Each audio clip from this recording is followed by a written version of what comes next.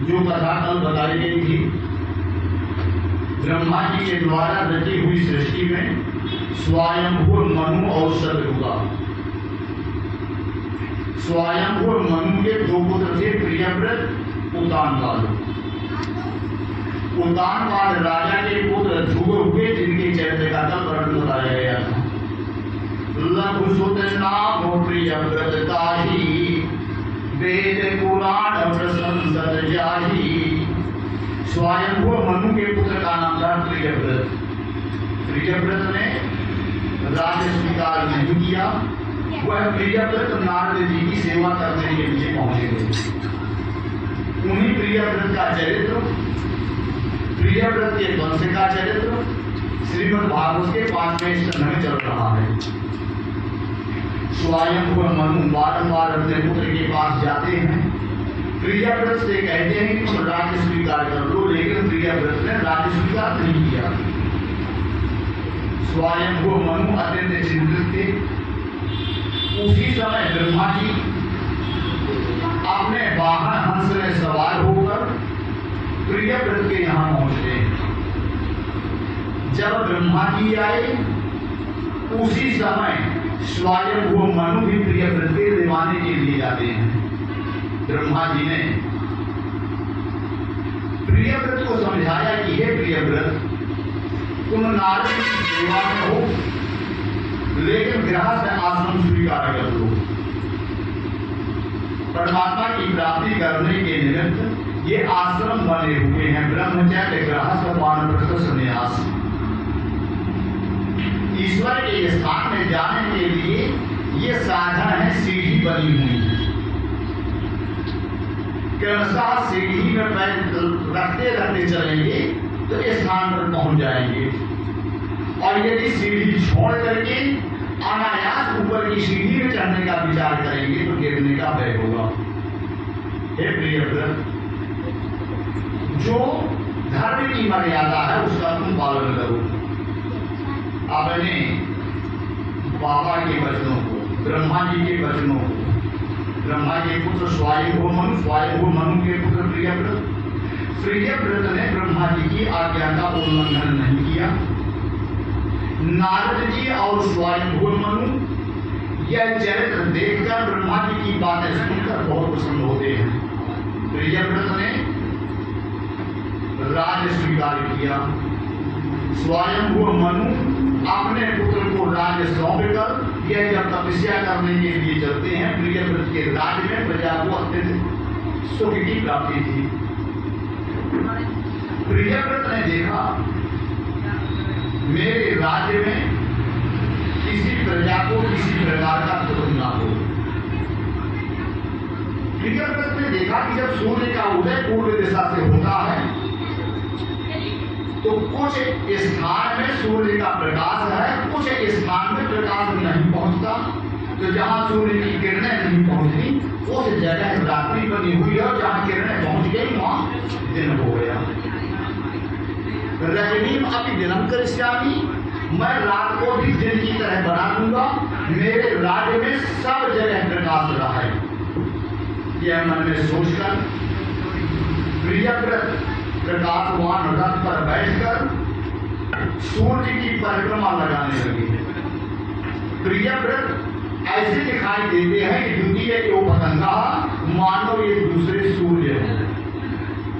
प्रियव्रत ने सूर्य की 7 परिक्रमाएं लगाई। जिन 7 परिक्रमाओं के कारण जो रथ के पहिए के कारण गड्ढे बन चुके, वह तो समुद्र हो गए, 7 समुद्र, और जो बीच की जगह बचती गई वह 7 द्वीप हो गए। 7 द्वीप, 7 समुद्र प्रियव्रत ने अपने राज्य की सीमा में तैयार कर दिया। प्रियव्रत के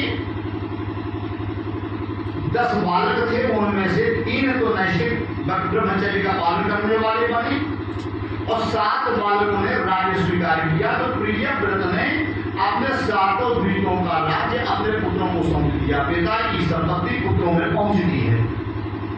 अब जो 7 समुद्र है, 7 द्वीप है, हमारा ये पहला द्वीप कहलाए जम्बू द्वीप, और जम्बू द्वीप के बगल से खारे जल का समुद्र, फिर वृक्ष द्वीप, गन्ने के रस का समुद्र।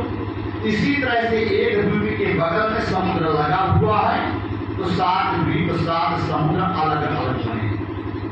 प्रियव्रत अपने 7 पुत्रों को राज्य सौंप देते हैं। धन है प्रियव्रत का प्रभाव, जिन प्रियव्रत ने अपने राज्य की सुंदर श्रेष्ठ सीमा भूमंडल की बना दी। भूषण स्थान पृथ्वी की सीमा, नदी और पर्वत, जिन्होंने सभी से याद कर दी। आप गए हैं और जग सब तारे जिन्हों, नगर के वासने को पुत्र जिन्होंने हारो है। चोर और तस्कर को नाम नहीं राखे हो कहूँ, जाको बाने हारो सोई धर्म कर्म वारो है। मनु जी के वंश में पूर्ण अवतंस भयो, जाके प्रकाश गोत्र लोकी में उजालो है। सारे ग्राम दीन बंधु नाम सत्य कर देखो कैसो प्रियव्रत धारो है। जैसा प्रियव्रत का नाम, उसी प्रकार की उनके कार्य बन गए। प्रियव्रत सुंदर धर्म की स्थापना जिन्होंने की। प्रियव्रत ने जो अपने पुत्र का राज्य दिया था जम्बू द्वीप में, उन पुत्र का नाम हुआ नाभि। नाभि पुत्र के कारण हमारा ये वर्ष कहलाया जम्बू द्वीप आज नाभखंड। अब यह है बाकी अलग अलग 6 द्वीपों में राज्य हुआ। राजा नाभि, नाभि के यहाँ कोई संतान नहीं थी, तो नाभि ने परमात्मा भगवान की आराधना की सुंदर यज्ञ किया। जब नाभि राजा के यहाँ यज्ञ में स्वयं विष्णु भगवान प्रकट हुए। यज्ञ कराने वाले जो विद्वान पंडित थे, उन्होंने परमात्मा भगवान से प्रार्थना की, भगवान हमारे राजा नाभि के कोई संतान नहीं है, हमारी इच्छा यह है कि राजा के यहाँ पुत्र की प्राप्ति हो जाए। विष्णु भगवान बोले ठीक है। ममैव ही मुखम यद्दुज देव कुलम, जो ब्राह्मणों की बात है वह मेरे ही मुख की बात है। जब तुम्हारी यह इच्छा है तो अब राजा के यहाँ स्वयं मैं आकर के पुत्र बनूंगा। उस समय नाभि राजा के यहाँ मेरु देवी के गर्भ से स्वयं परमात्मा भगवान अवतार धारण करते हैं, जिनका नाम हुआ ऋषभदेव। जो भगवान के 24 अवतार, उनमें ऋषभदेव का भी अवतार है। राजा नाभि पुत्र के कारण बहुत प्रसन्न होते हैं। पुत्र का नाम जिन्होंने ऋषभदेव रखाया। परमात्मा भगवान का ऋषभदेव का प्रभाव, जिनके प्रभाव को देखकर इंद्र ईर्ष्या करने लगे ऋषभदेव से। इंद्र ने विचार किया कि इस बालक के पास कितना प्रभाव होगा। इस बालक के राज्य की सीमा में जो आज नाभखंड है, इस खंड में जल दृष्टि ही न किया। इंद्र ने आज नाभखंड में जल दृष्टि बंद कर दी। जब ऋषभदेव ने यह देखा इंद्र ईर्ष्या कर रहे हैं, तो ऋषभदेव ने अपनी योग माया से अपने खंड में जल दृष्टि करवाई। जब इंद्र ने देखा कि जल दृष्टि मैंने कराई नहीं, यहाँ तो जल दृष्टि हो रही है, उस समय इंद्र लज्जित होकर ऋषभदेव के साथ अपनी पुत्री का विवाह कर देते हैं।